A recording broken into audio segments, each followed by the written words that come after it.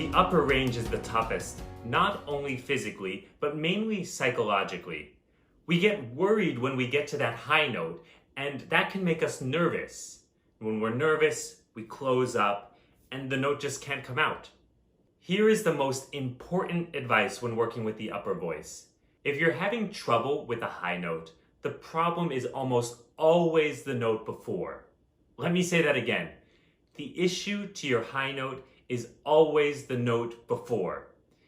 This is because as we get nervous when we're approaching the note, we tense up. Let's explore our upper range with a new exercise. The vowel is going to be E then ah, so starting from a front vowel and then a back vowel. And the notes are going to be E ah. We're changing up the exercise now, so we start with a low note before going up. Find that home base where your speaking voice is and start from there. And then we're going to go up. E-ah. Still keeping that chanting sound and that cold breath as you breathe in. E-ah.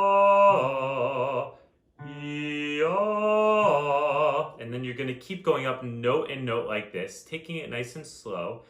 E-ah. And also, as we do this chant, remember, just keep it simple. You don't need a blast out air, just a nice, relaxed E-ah. E-ah. As soon as you start to feel tense in one of the notes, don't go any higher. So let's say, here's where it starts feeling tense. E-ah. And you're not quite getting that note. Try and feel where our tension is. It's often in our neck, as we tend to reach up with our neck like we reached down before with our lower notes.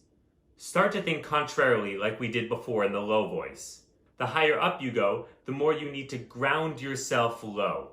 Also, remember, as I said before, it's that note before the high note that gives you the issue.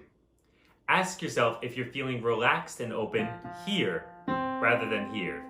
Because if you're already anticipating that high note, you're already going to get tense. E-ah. See, I didn't really focus as much on that higher note. And remember the obliques we talked about before?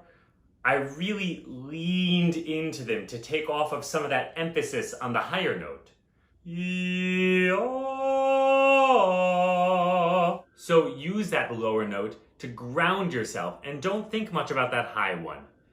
Give yourself a massage as well at the jaw if you feel tension there, or at the tongue, or even at the neck.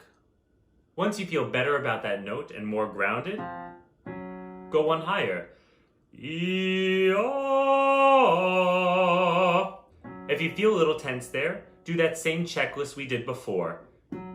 Trying to ground yourself more in that low note and thinking lower as you go high.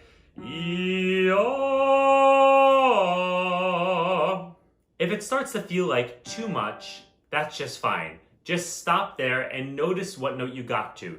You can even record it in your journal if you're trying to keep track.